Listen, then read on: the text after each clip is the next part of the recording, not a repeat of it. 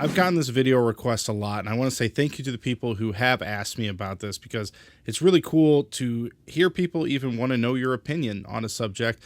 And the 2017 movie is definitely something that I have a lot of thoughts on. It has a very love-hate relationship with the fandom. Some people love it, some people hate it. And I'll admit, I was very nervous going in because Power Rangers means so much to me. I do remember the Star Trek fans getting super picky about the new movies that were coming out. And I remember thinking, oh my gosh, guys, just calm down. It's just a silly movie. Who cares? And then when this started coming out, whew, I am so sorry, Trekkies. I now understand how you feel. I was nervous, but I was also really excited. I mean, we've seen the Justice League, Transformers, sorry, Bumblebee, Spider-Man. Are we really superheroes? Like, are we more like Iron Man or Spider-Man?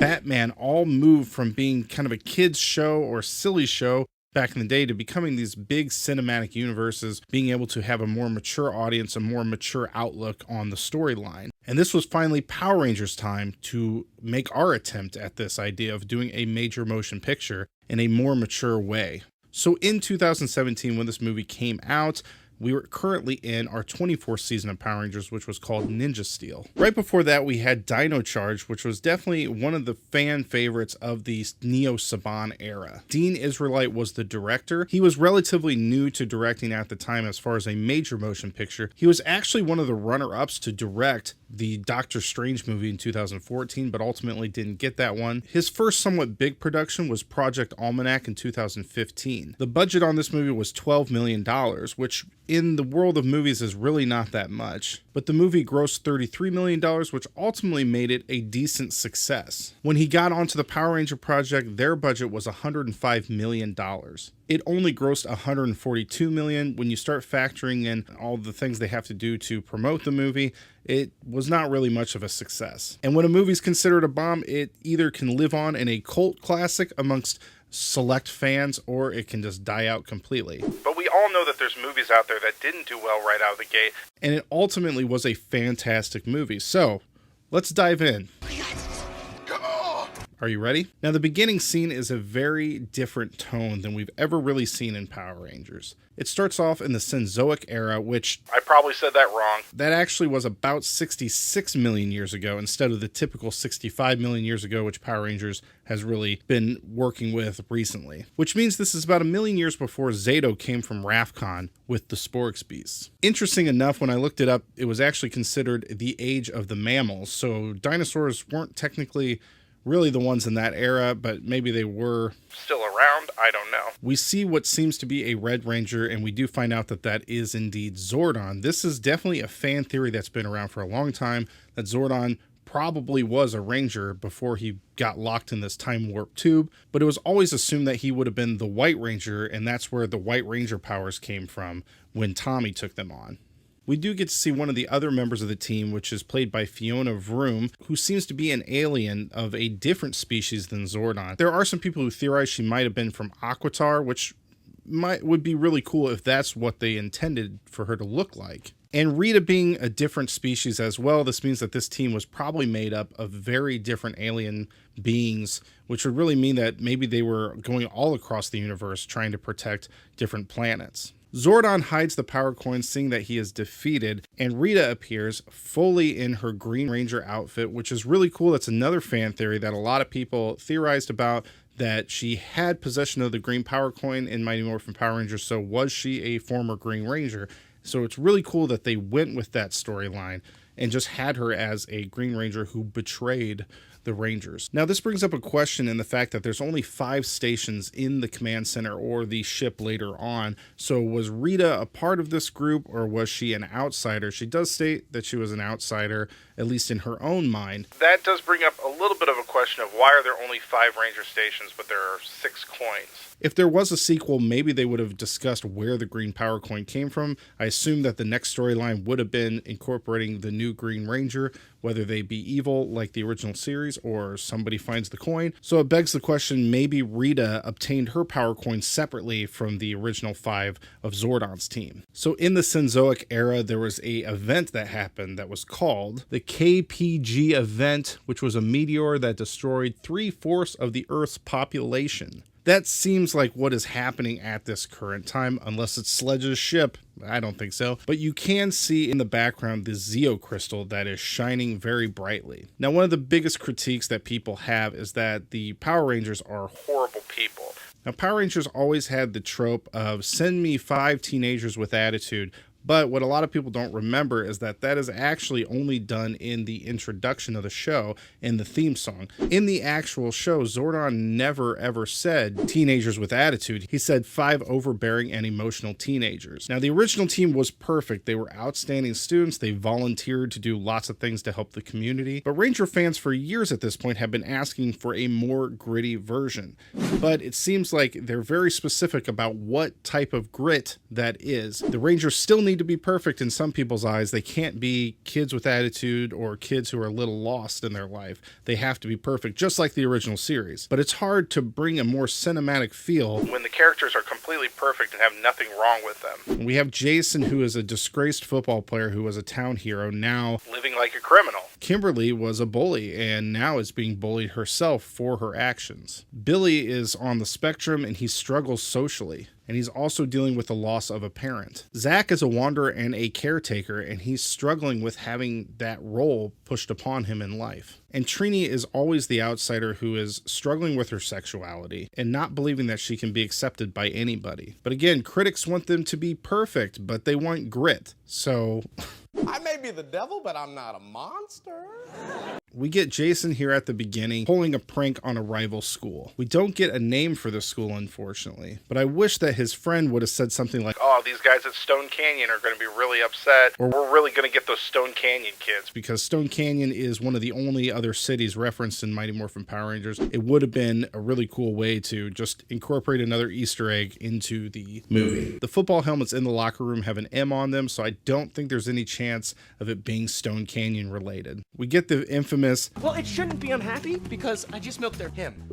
You just milked him. This is a hit. Was it one udder? Yeah. We will never discuss this again. Some critics tend to have a very big issue with that this is just really awful and inappropriate and not funny at all. What it does is really sets a more mature comedic atmosphere for the audience, saying, whoa, hey, we're not just doing kids jokes, we're doing more mature material. I don't think there's anything really wrong with that. Asked for gritty, we asked for mature, and we got it. It wasn't over the top disgusting. I think they handled it pretty good, but some people just have an issue with it. So as these boys are getting found out, they of course are running away.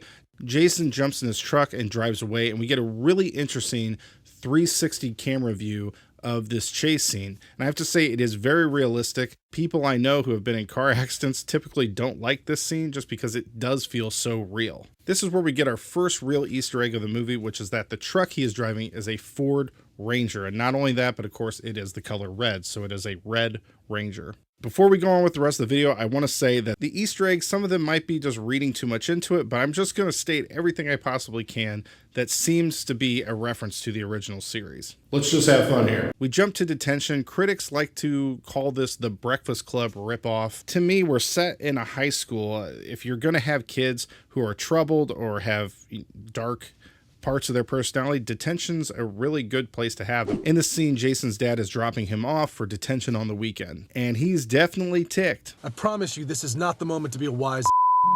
Now, there's a lot of people in this movie who are from other things or since the movie have been in other things. If you'd be interested in a video of where are they now sort of idea, let me know, because I think it would be interesting, but if no one's really that interested, I won't do it. Let me know. Now, we really get a very clear image of who Jason is and what he's lost. There's a jersey in the hallway of him winning championships, which is establishing how much he's really lost. You know, later on, Billy's mom says, oh my gosh, it's Jason Scott.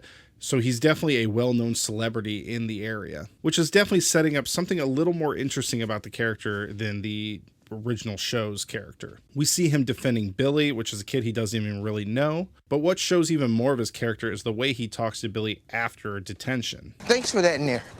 No worries. I hate guys like that. Hey, we should hang out sometime, huh? What's your name again? Billy Cranston.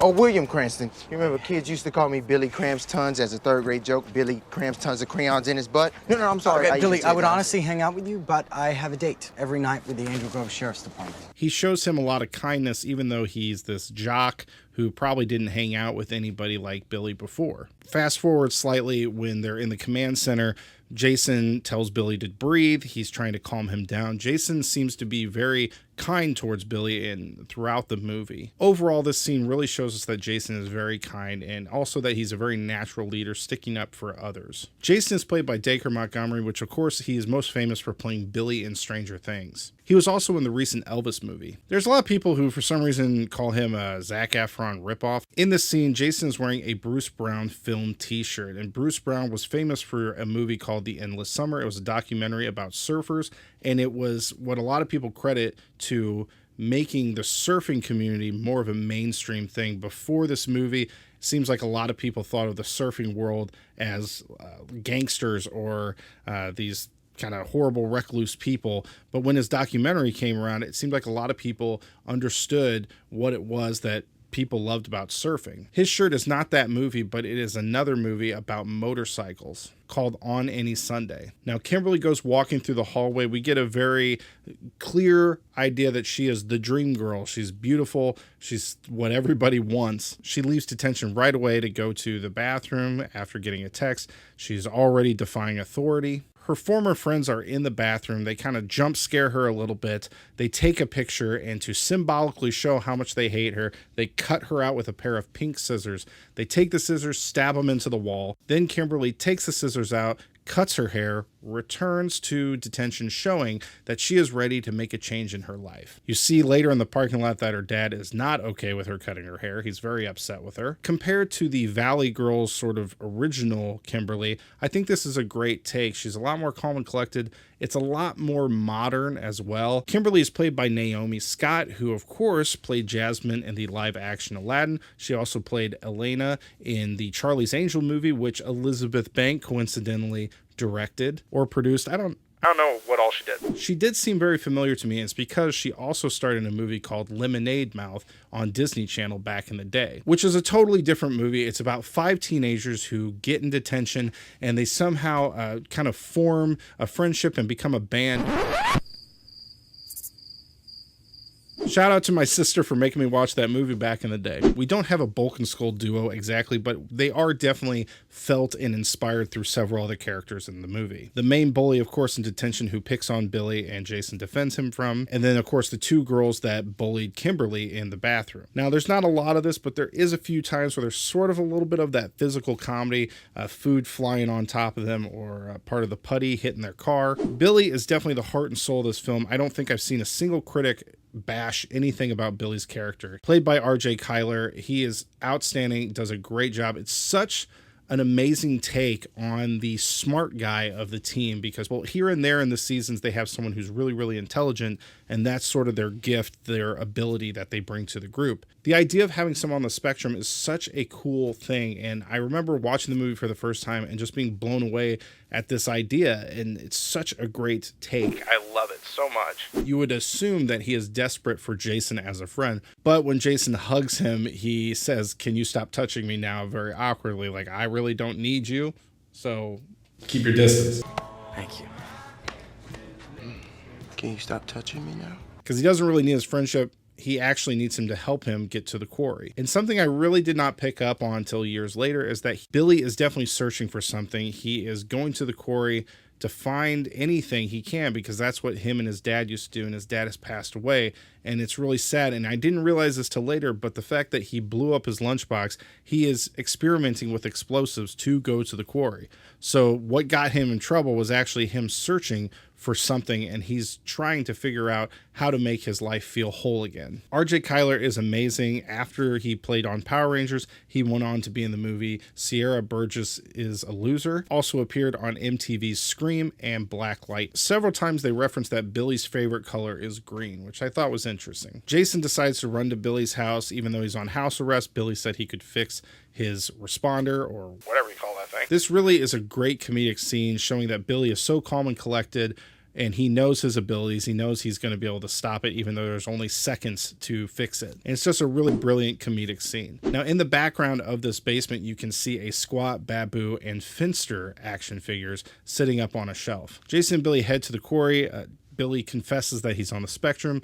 Jason, I love his response because he doesn't really get weird about it. He makes a joke about it, and it just shows you that he's really just comfortable talking to Billy. He doesn't feel like he needs to baby him in any way. He just treats him like a normal person, even if Billy doesn't get the joke. Billy promises Jason the van for a few hours, so as Jason's leaving, he looks off in the distance and sees a train car.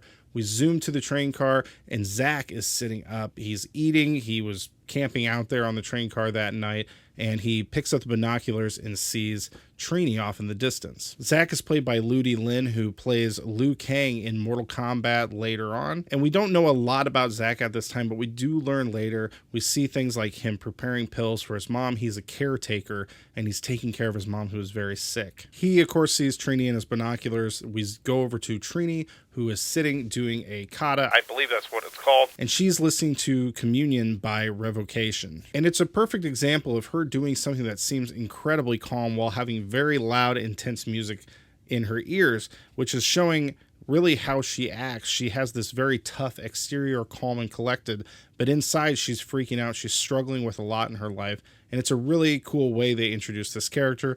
They also have her bringing her arms up and down, which is another Easter egg, because that's what we see Trini do when she first is introduced in the original Power Rangers. Trini is played by Becky G, who is a massive pop star in the Spanish-speaking community. It always amazes me how there are people out there who are massive in certain cultures or certain communities. I had never heard of Becky G before this movie, and I'm really glad I got to, because she really seems to be an incredible person. Although most of her experience is done as a singer, she has been on some other things like Empire. Power Rangers is her first major role, but she went on to do the movie Axel. In this movie, she is one of the two main characters, so you get to see a lot more of her. It's a lot different than Power Rangers in a lot of ways. They do stuff like bonding by a campfire. You freak out. Yeah, my dad's probably freaking out too. And your mom? She died a couple years ago. Making racy, mature jokes. You could have killed me. He, okay? Not it. You checked? A lot of critics tend to attack Becky G on her acting or say she was the weakest link. You know, this is a new thing to her. This was her first major role, like I said. The behind the scenes footage and all the interviews I've seen, she tends to be the one who is the most excited about this project. If she loves it, that really makes me as a Power Ranger fan really love her doing it, because she seems to really enjoy it, and that makes me happy, because I want Power Rangers to be something that the actors enjoy. I don't want to see actors go up there and say, oh, I really hate this movie, oh, it's such a pain.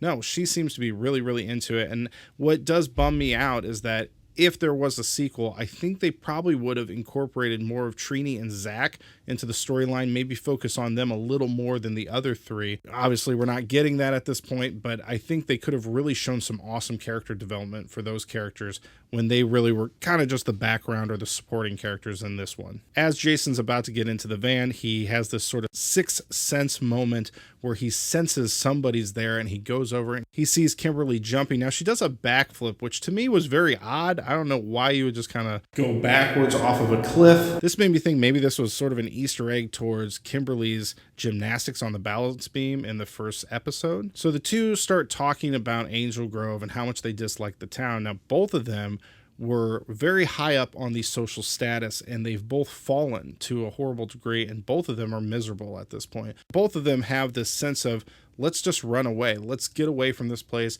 We've lost everything. Let's just go. That is really the ultimate story about this, is that their hatred for Angel Grove eventually turns them around into being the ones who are protecting what they call their city. Now we go back to Billy blowing up a part of the mountain, and it's obviously very loud, and it brings all these teens. They hear it. They come to check out what's going on. The mountain gives out with Trini on top of it, which really, I don't know how anybody could survive that. That looks like it would kill you, honestly. They discover the power coins, and I think they're a really cool take. A lot of stuff in this movie gets critiqued very harshly by fans, like, oh, the power coins don't look like the original, or they're really weird. You know, they took a liberty in this movie to try to make it different, a little bit different enough that it just has its own feel, and I think the power coins were a cool, different look, and I'm okay with it. I know that some people dislike it. I don't think there's really a reason to dislike it. I think they looked really cool. One subtle thing about these power coins is that when Jason leaves his power coin in his bedroom, he goes to the bathroom, the power coin appears, which means it most likely teleports to be near him, which means that if someone is bonded to one of these coins, they can't just leave it or not have it. It's going to keep coming back to them. Security comes after them. They have a pretty cool chase scene. They jump in the van, and of course they don't make it past the train and they get hit. Another crash scene in this movie for all those people who have trauma in cars. Then we jump to Jason's dad on a boat. When they pull up the net with the fish, there is a body inside of it that's very disgusting looking, but we have an idea that this is Rita. When the Rangers wake up the next morning, we get a very Tobey Maguire Spider-Man-like scene. I feel like this has got to be an Easter egg. I don't know if this was on purpose, but it definitely has a lot of elements that are from the Spider-Man movie. Jason looks in the mirror and he kind of looks a little like, wow, I look really jacked. He doesn't need his knee brace anymore. His knee is completely fine. Billy has a confrontation with a bully in the hallway. Then we jump to the cafeteria where Billy is telling all his friends about this fight he had, which of course isn't really true, but he says, But if you must come at me, bro. Boom, down goes douchebag. Down goes, I can't say that word. which really shows you that Billy wants to be this cool character. He wants to be a tough guy, but he just really isn't because he's kind of lying about it. When Kimberly comes up to talk to him, his whole posse is very shocked. Oh my gosh, Kimberly Hart is talking to Billy. They go over to the counter. Jason appears as well. They put their coins on the lunch counter and it starts to heat up. They start to levitate, they hit them down, and then food explodes and it goes all over the two female bullies' faces. And to me, I think this is maybe a reference to the food fight. At this time, Jason is wearing a shirt that says CF Martin & Co., which is a guitar brand, and I actually play a Martin guitar. Hey! Back to the boat! Police officer shows up to check on the reported body. Sam gets a classic Roy moment. Oh, that smell is, it's intense. You know to that. Smell inside an old fishing boat that holds tons of dead fish. Doesn't smell so good. Freaky, right? And I'm not really sure where the fish come in this spot,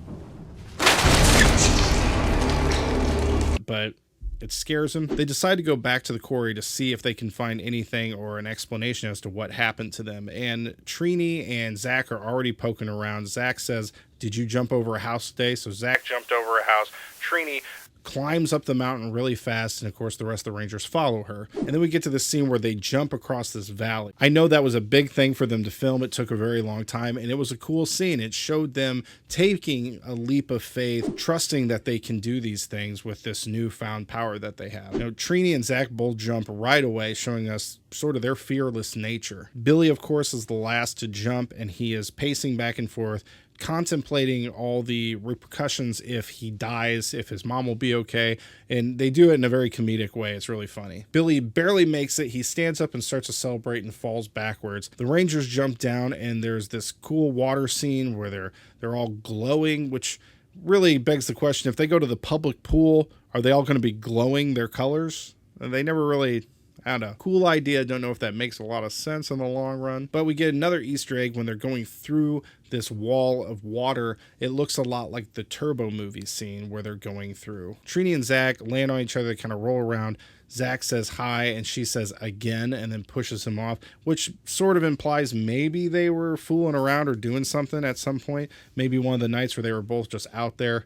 Maybe they did something. That's a weird detail that I don't know if they needed to include unless they're going to talk about it in the sequel. Now, they find the command center, which is also a spaceship. So from here on out, if I call the command center and not a spaceship, just give me some slack. I'm so used to saying command center. Their power coins glow when they get close to the door, which probably symbolizes the idea that only someone with a power coin can enter the command center, just like in the original show. They come across Alpha 5, and this is a very sassy version of Alpha compared to the original. It's definitely more comedic, played by Bill Hader, who also provided all the movement and emotion suit. I'm a huge fan of Bill Hader, one of my favorite SNL channel people of all time. I don't know how passionate he really was about the project. Some of the talk show appearances he did, it seems like maybe he wasn't super thrilled about it. And he added a Saban in there just to make it more confusing. Just to know, yeah, who created it, I guess. Come in with a bunch of voices, but I've done so many voices, I've run out of them. What if we just do mine? You're a Power Ranger, is that right? And I like, give him a toothpick or something, but they didn't like that. They didn't like it? No, they didn't want to do that. Do they tell you they don't like it, or do they Oh, not? yeah.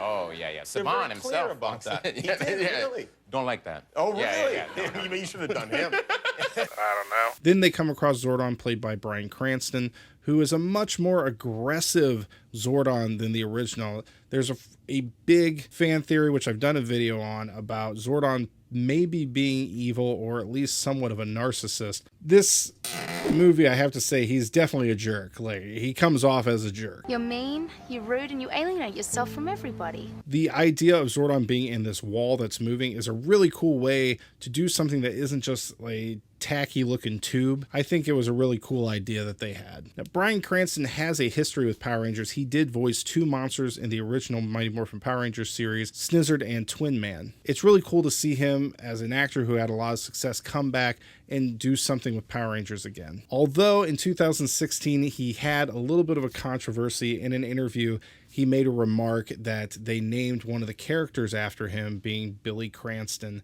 and he said unfortunately he was the Fey one, which apparently is a term for someone who is straight, who has a lot of gay tendencies. He did come out publicly and apologize to David Yost publicly. I don't know if he did anything privately, but he basically said in his apology, I don't even remember making that comment. Be that what it may, that's kind of where he's at. Now, Zordon's explanation is a little different than the original series, but it's very subtle because they do it very quickly. He says that any planet that has life on it has a Zeo crystal, or a part of the gigantic Zeo crystal, and Rangers throughout the universe are meant to protect those crystals. You can infer that as they're protecting the people of the world, but it's really primarily protect the crystal. Now, the Zeo crystal is what the Rangers obtained when they lost their powers. In the Mighty Morphin Power Rangers series, they had to go on a quest and find the Zeo crystals, each one of them individually. They combined them, and then they all became the Zeo Rangers. In this moment, Zordon shows them the future of Rita destroying Angel Grove. This is the first time we actually get to see Rita fully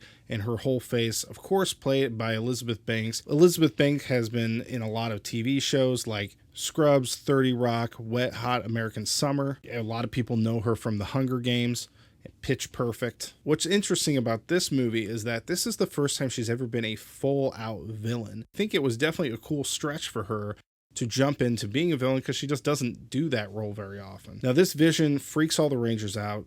Trini leaves and everybody follows her, but as Jason is leaving, Zordon tells him, this is your team, you have to speak for them, you need to bring them back and get them to fight Rita. This is a variation of the first episode. The Power Rangers do get told that they're the Power Rangers. He gives them their power coins, and then they leave thinking that this is crazy. I don't know what's going on with this guy, I'm done with this, all that, but it is what happened in the show. Now, the movie starts to move a lot faster at this point. We get a quick shot of the Rangers' home life, Trini's family scene. You can actually see a putty on the table next to them. Her mom seems pretty psychotic, actually, in this scene. So where were you today? Were you with friends? Do you have any friends? Why are you so tired? You ask her. Here, she needs to start communicating. June, Speak! I just... relax. Okay.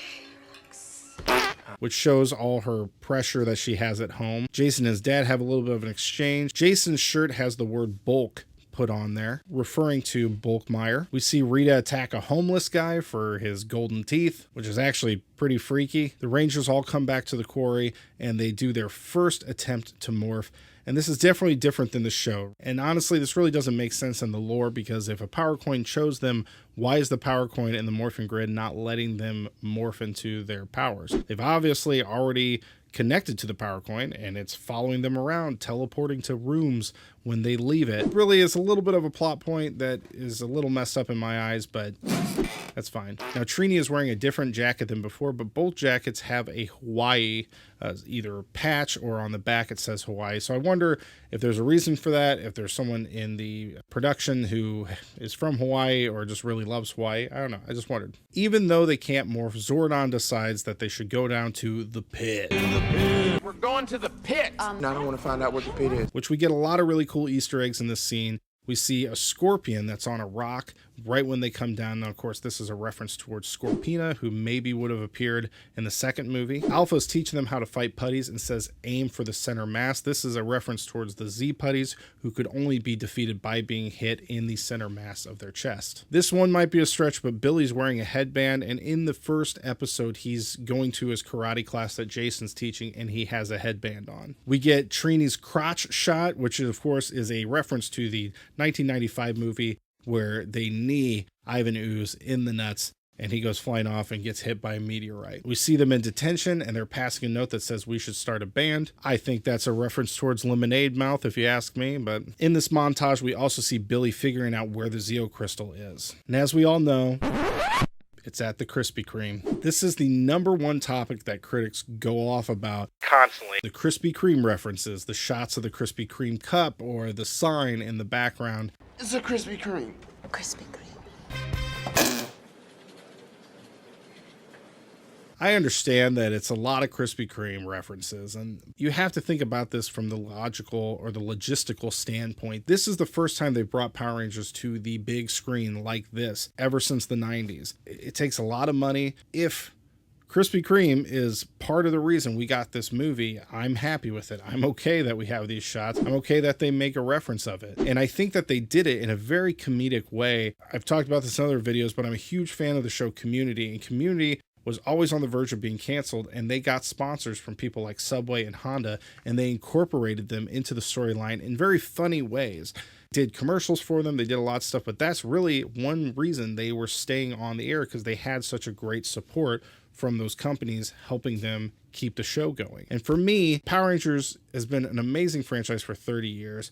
We don't have Marvel or Disney money, but even with some of those companies, they can't even make a decent show. So yeah, we have some Krispy Kreme references. Get over it, man. I think it's funny. I think it was hilarious when Rita is asking where it is and Billy says the Krispy Kreme and she repeats Krispy Kreme and she's all like taking it in like it's so serious. It's a Krispy Kreme. Krispy Kreme. This is a special place. Very special. I thought they did it very funny. I think the ironic part is all the critics, they go on and on and on about the Krispy Kreme trying to make jokes or say it's lame when every single person is saying the same thing. So how lame is it if you're just doing the same joke everybody else is doing, huh? But yes, they do say Krispy Kreme a lot in this movie. For a little bit of inspiration during their training, Alpha decides to show them the Zords. Now, there's a lot of critics who go after the Zords, like the Mastodon has 6 legs instead of 4. Why? Now, I have to say, it's because, well, they're supposed to be inspired by aliens. So I think the idea is that when they came down to Earth, they took on these creatures that were on Earth, like the Mastodon, saber-toothed tiger, and they were modified in a way that was kind of alien-like. Personally, the more I watch the movie, the more I like the Zords. I just think they're really, really cool, and I think once you just kind of break away from the idea of what the original was, you can just enjoy it, because they are really awesome. Whoever designed them did a really good job. Zack, being the crazily reckless one, of course, jumps in and almost kills a bus of nuns. Sorry, van of nuns. I'm just so used to saying bus of nuns. Jason goes at him for being reckless, and then Billy jumps in to try to stop them from fighting. And then when Billy does that, he of course morphs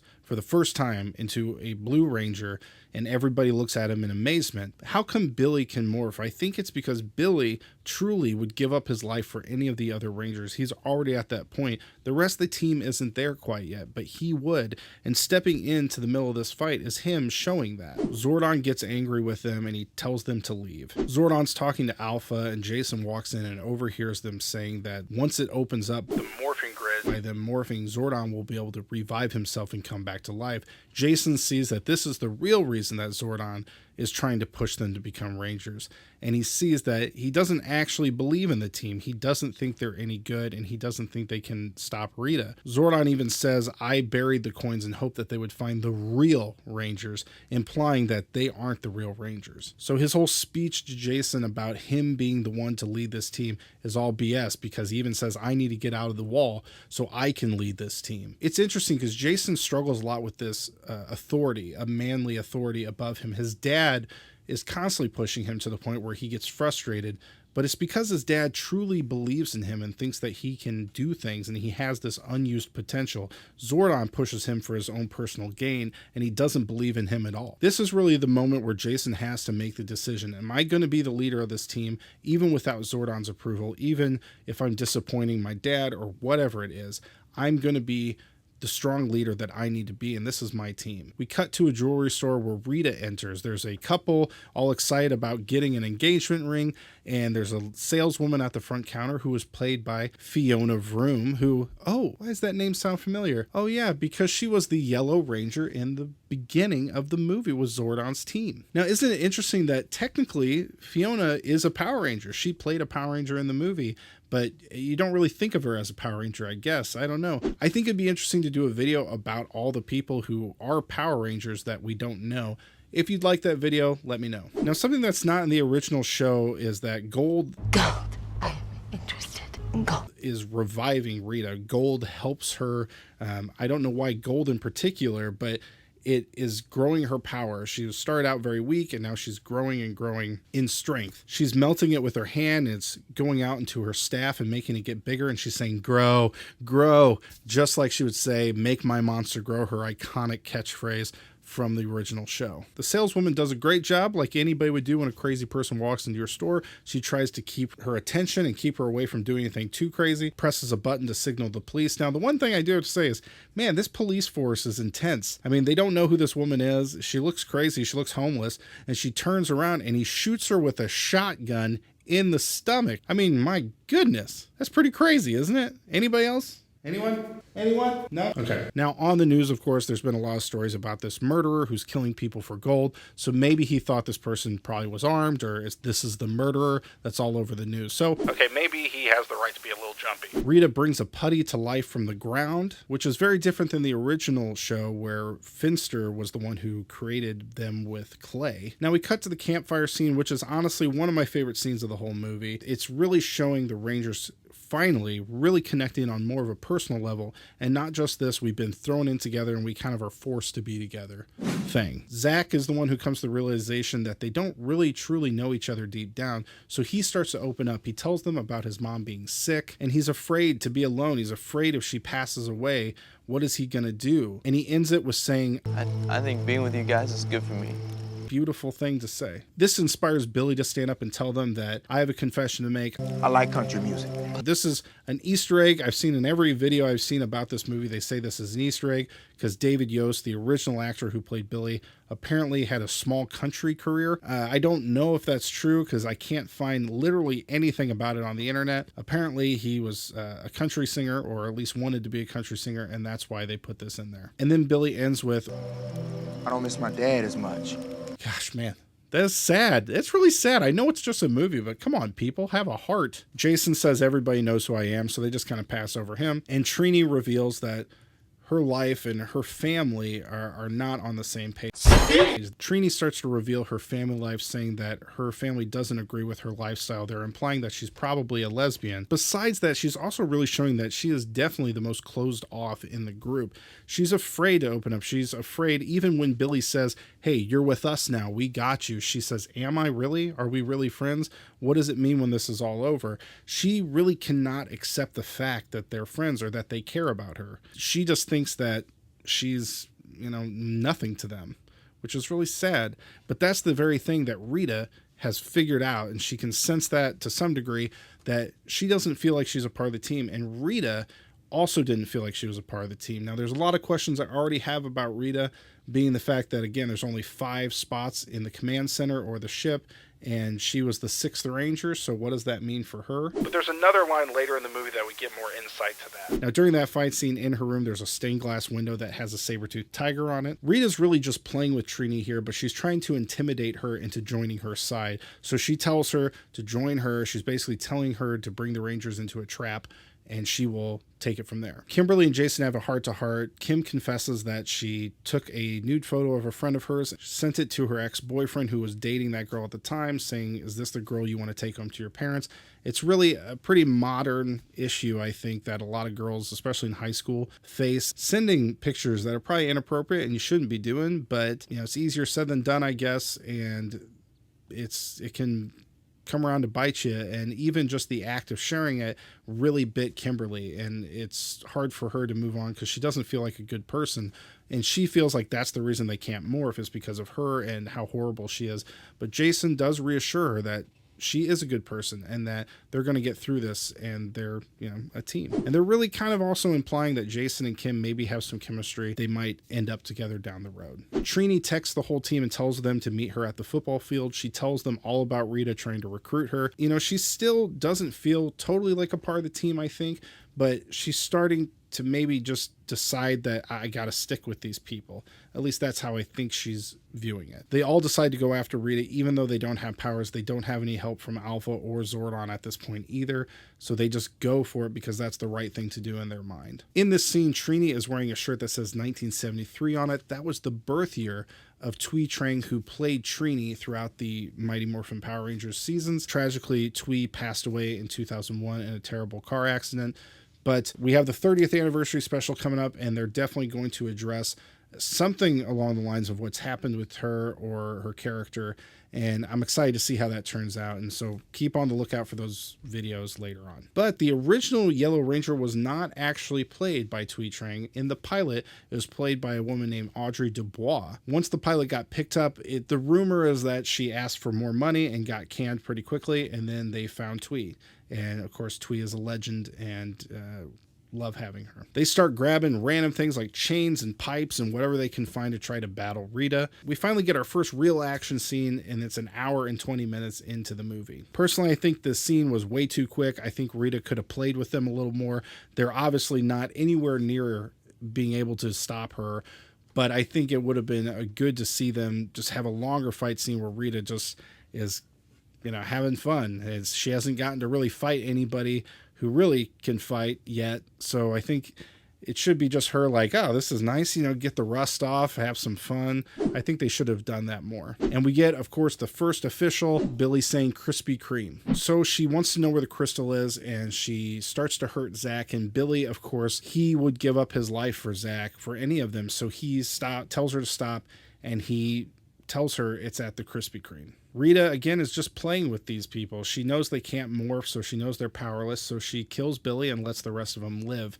And I think it's, again, just her having fun. She's just having fun because she, hasn't gotten to do much in a very long time. So there we go. We get this beautiful slow version of Stand By Me. I mean, honestly, I think it's worth mentioning because it is just gorgeous. I love it.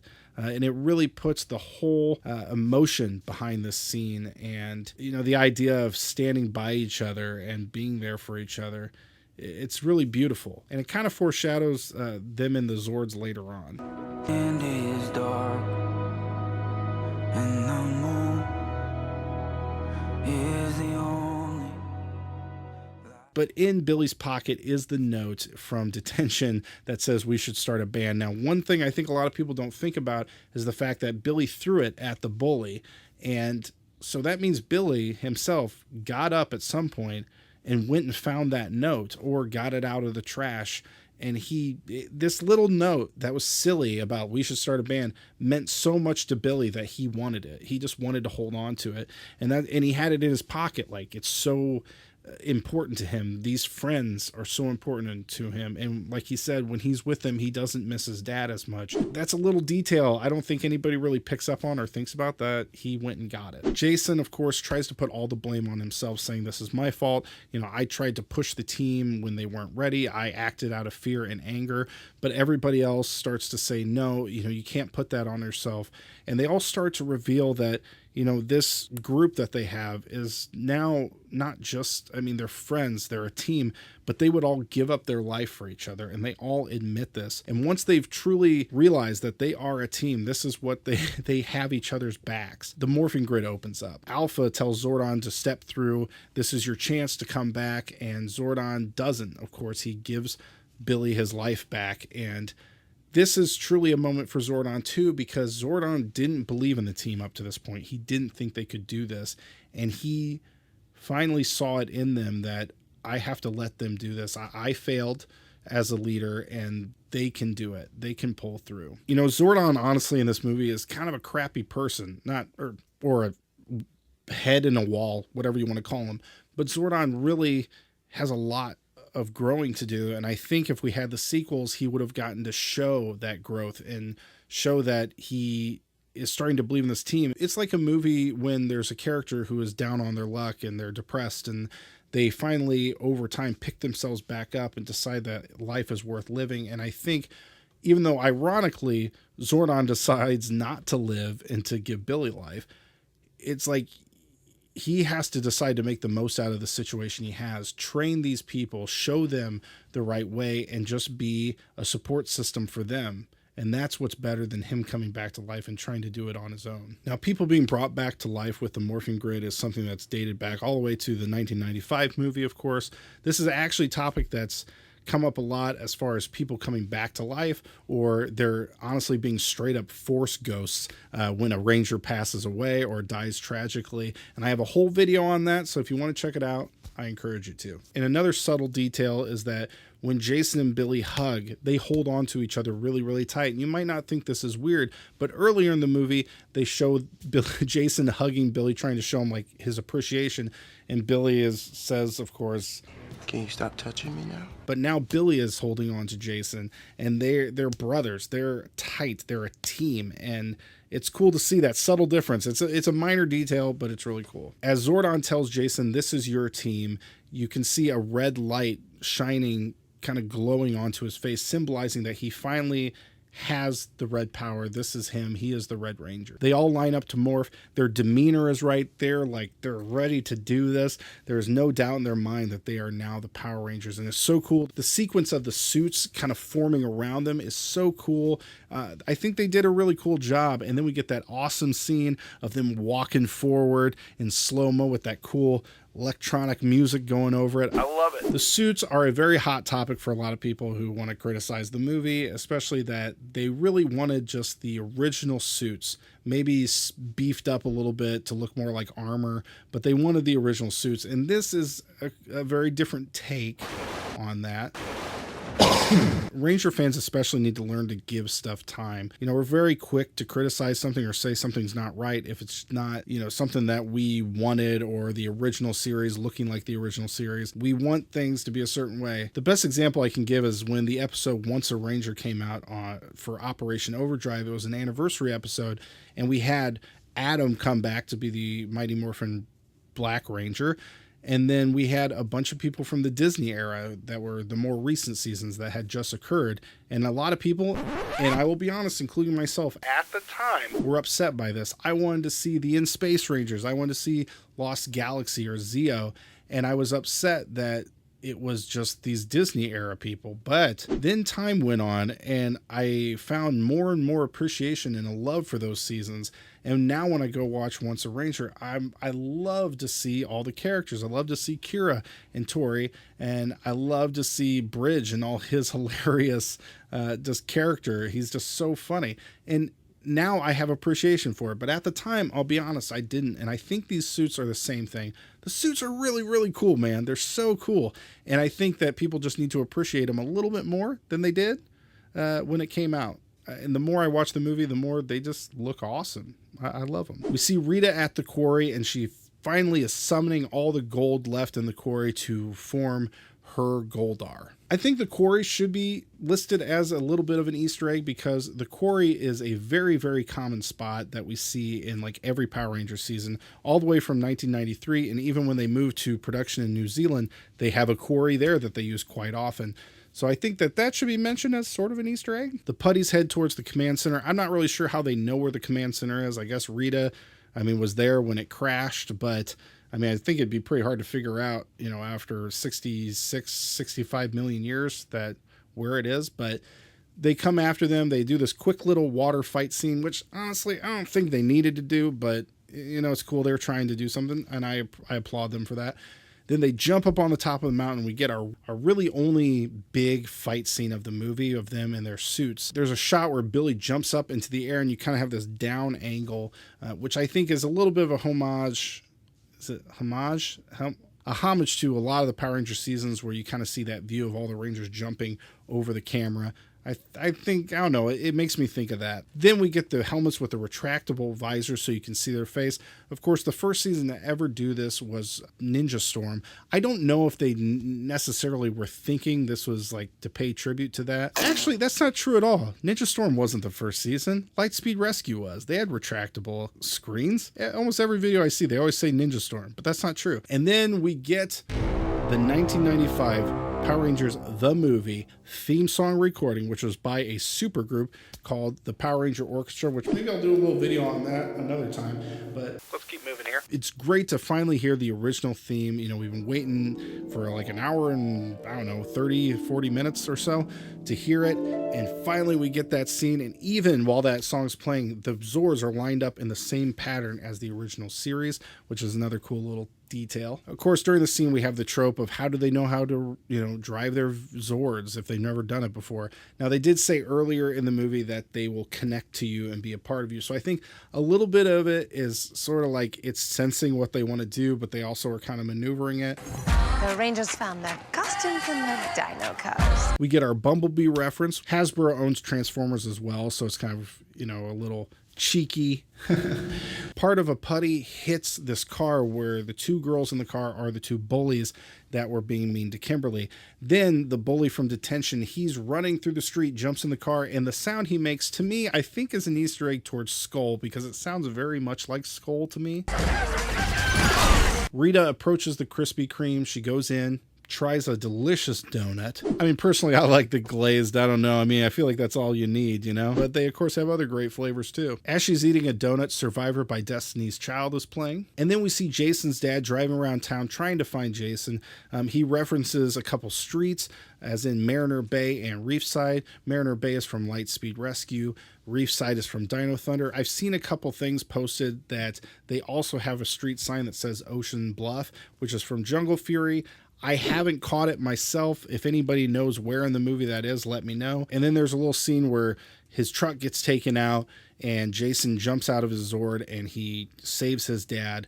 And I'm pretty sure they really do kind of imply that maybe he knows that that's Jason deep down inside. He can tell that it's him because he calls him Sam. And when he says that, it seems like he kind of snaps out of this freaking out mode and he just looks at the Red Ranger with this sort of like, I know you look on his face. Kimberly does this maneuver where she picks up the Triceratops Zord and she just throws it straight into Goldar, which knocks out Rita as well. They kind of imply that it's all over, but Goldar revives Rita. They keep going after the crystal. Now, this scene is also one that has a lot of little details that I think a lot of people don't notice as much. When the Zords all get together and they're sort of holding the line, trying to stop Goldar from getting the Zeo crystal. Trini is definitely one that I see such a difference in her character in this moment, because she's kind of in the background saying stuff, but while everybody else is doing things, she's constantly saying things like, We got this. Come on, guys. Kim, I got your back. Zack, stay with me, Zack. She has gone from being the person who says, am I really your friend? Do you guys even care about me? What is this?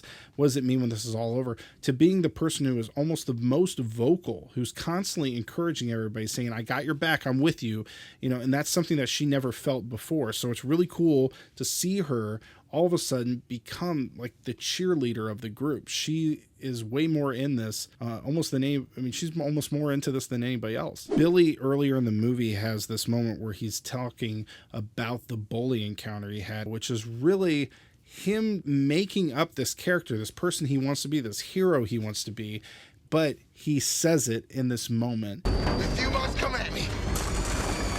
Come at me, bro! It goes from him being someone who just kind of wants to be a superhero or who has these thoughts of what it would be like to really being that hero, which I think is really cool. And I like that they did that. And Billy also says, thank you for being my friend. Right when they're getting pushed into the pit, which is, I mean, come on, man, that's so sad. That's so sad. Kimberly gets hit with a fireball and she says, I'm burning. I think that's an Easter egg towards the 1995 movie where she gets hit in the Crane Zord and she says, I'm burning up in here. I'm burning. I'm burning up in here. Zack says, fight back. Fight back! Which to me actually has a very big significance. That's all Zack wants. He wants his mom to fight back from her illness. He wants his friends to fight back. He has always been the person who is taking care of others, but he's so scared that he takes off in the middle of the night, or he goes and sleeps on a train car because he just can't bear being at home, being scared that she's going to lose her battle. And here he is in battle with his friends, and he's changed. He's not going to leave them. He's going to keep fighting, and he's telling them to fight back, and he's going to be by their side the whole time, no matter what. A lot of people criticize that when the Megazord gets formed, it was dumb luck, and they didn't do anything. They just fell into a pit, and then all of a sudden the Megazord appears. No, they all said pull together, hold together. Hold on to each other. And right when they fill in, they all try to grab onto each other, and that's what formed the Megazord. That's my theory, and I think it's right, but there's a lot of people who ignore it. When the Megazord comes out of the pit, we get an explosion just like in the show. The design of the cockpits on the outside of the Zord in different positions I think is really cool. In this moment, Rita goes into Goldar. She gets absorbed, which I think is an Easter egg of Ivan Ooze going into his Exomorphicon. They use their big pro wrestling move they learned when they were in the pit, where they kind of sidestep him, grab onto him, and then pull him back and do a big slam into the ground. Then the pterodactyl wings come off the back, they pull them out, and they're double as swords. What a cool idea. And they stab him right through the chest. I think those swords are so cool because we, of course, have the power sword, but it comes from the sky, which is a little cheesy, and it's like, what is that? So I think it was a cool idea to make those the swords. Well thought out idea. Goldar's defeated, and Rita, kind of falls out of the gold. She warns them and says that more will come for the crystal, which of course is foreshadowing the potential of Lord Zed or the Machine Empire or Astronema or anybody in the future coming to get it, which could have been our sequels. That would have been really cool. And we'll take you to Zordon and let him be the judge. Zordon, judge me. No matter what Zordon says. I am worthy! Now, this is the line that really makes me think there's a lot more complexity to Rita and Zordon, because she's not saying I don't care what Zordon thinks, screw Zordon, I don't, he's not going to imprison me. No, I am worthy, which really makes me believe that Zordon never treated Rita as a true ranger or being worthy of being a ranger. And I think that's the reason why she decided to betray them. That's my personal thought. I think there's so much more to that story that we could have seen in future sequels and developed that. I mean, maybe, Zordon wasn't a great leader. I mean, his team failed, so that's probably one strike, but this is probably the other strike. He alienated her and he didn't treat her well, and that's why she turned on them. In the Boom comics, there's the Supersonic Rangers, and this is kind of the same storyline, actually, is that they treat the Green Ranger really poorly, or at least the leader does, and he betrays all of them. When Rita jumps at them, they slap her in the air, just like the bully in Detention. Did you just slap her? I did. Weird, right? It's the bully. You guys don't get. It's the. I got it, buddy. And we see her out in space, and you can see the moon behind her, which of course is referencing her moon base later on. When you're looking at it, though, you can see she doesn't have her staff or her power coin, which of course means that it might be laying somewhere in Angel Grove for the new Tommy Oliver to discover in the next movie. The day has been saved, the crowd is happy, and they all pull out their phones and start clicking pictures because they can't believe what they're seeing. And two of the people in that crowd happen to be Mr. Jason David Frank and Amy Jo Johnson, the original Green and Pink Rangers from Mighty Morphin Power Rangers. Now, this is something people, we'll see. They're together in the future, so isn't Tommy and Kimberly together? First of all, it's a different dimension. Second of all, no, because Tommy did not end up with Kimberly. I'm sorry, all you people who don't want to watch the rest of Power Rangers, but it's true. They didn't end up together. This is just a cameo. That's all it is. All right? Sorry. And if you really want to get into it, Tommy's wearing green, which means that if it's really going to be Tommy, he's probably not going to wear green because he's not the Green Ranger anymore, but his evil clone Tom Oliver is the Green Ranger, and maybe he somehow time traveled back to the present and now he's around, even though he was left in the past to defend the people of the past, which is probably a violation of the Time Force to some degree. I wonder if they just went and killed him later on. I don't know. Anyway, moving on. Jason returns the power sword to the command center. I assume it's the power sword. And now Zordon's tunes change. He's saying, hey, you should keep that. You've earned it.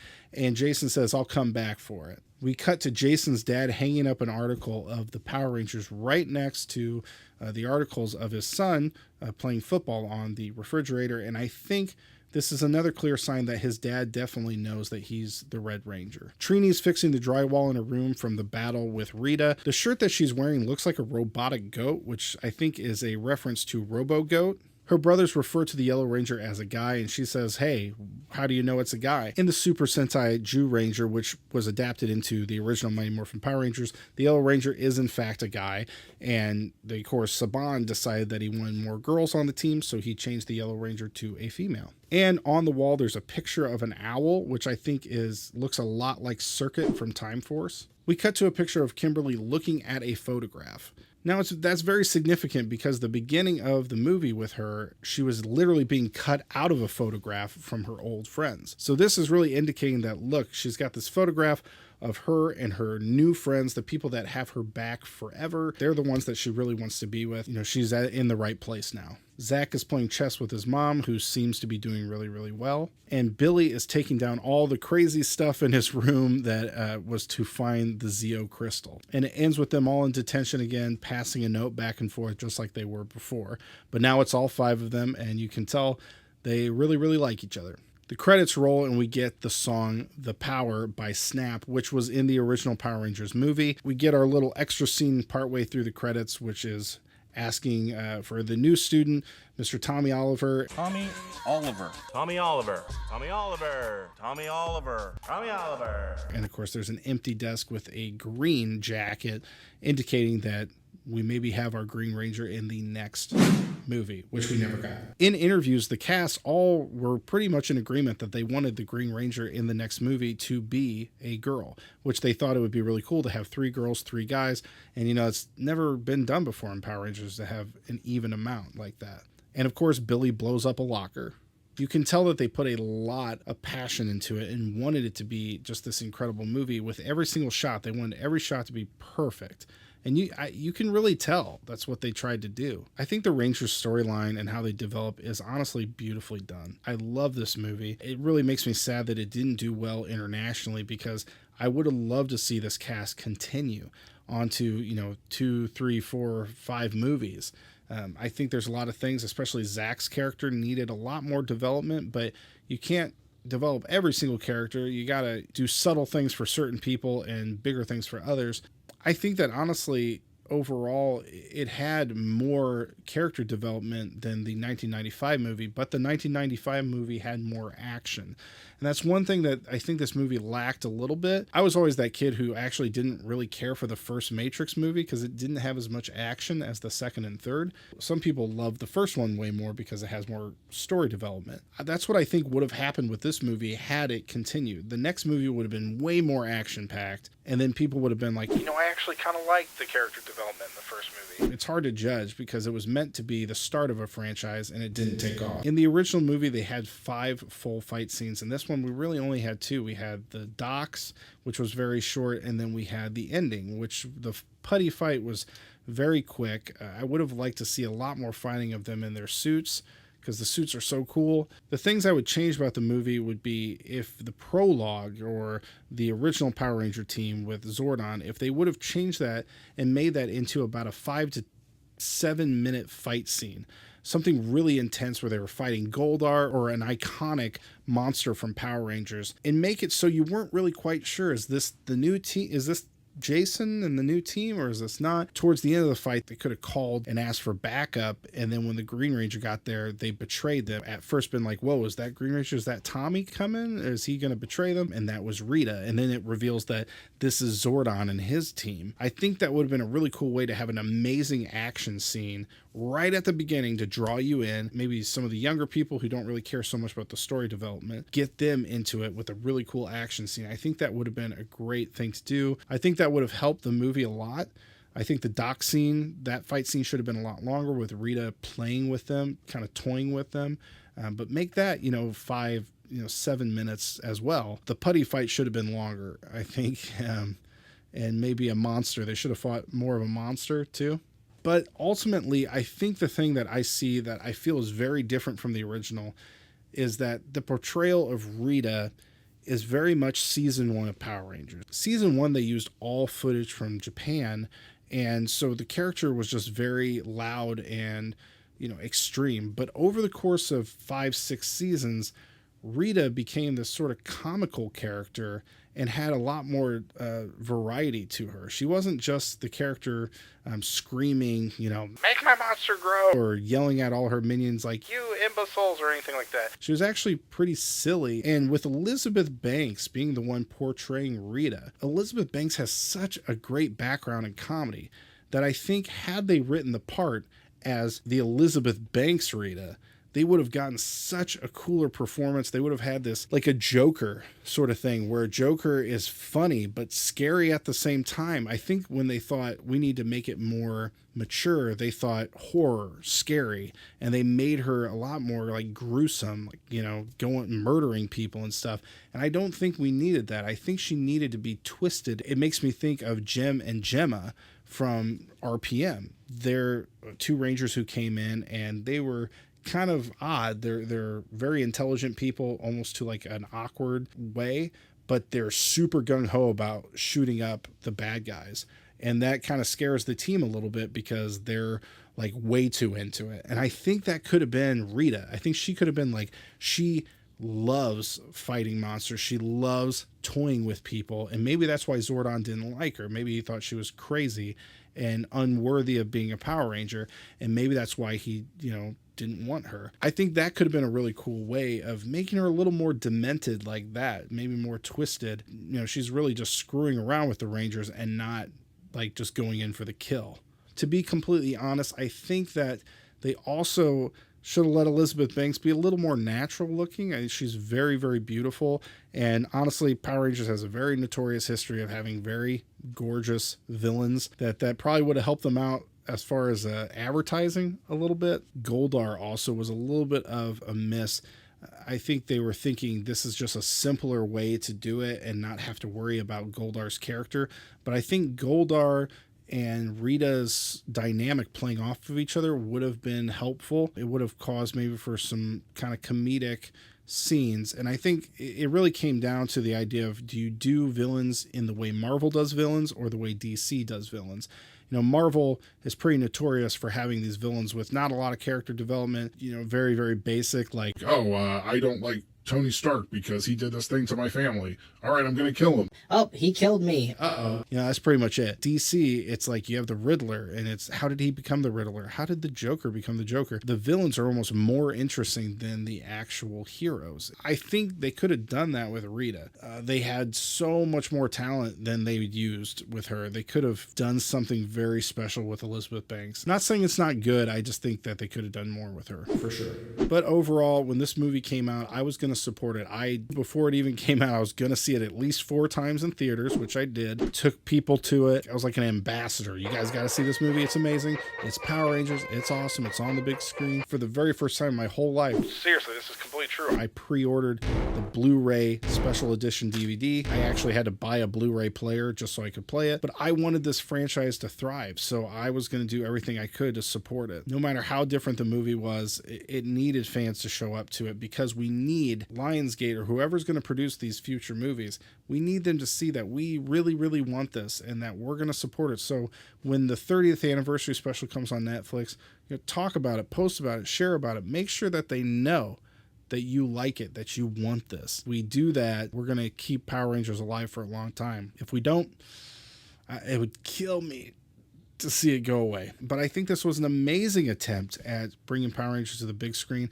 It had so much potential for future movies to build off of. I think it could have been amazing. And it really makes me sad that it didn't get to continue because this cast, come on guys, this cast is awesome.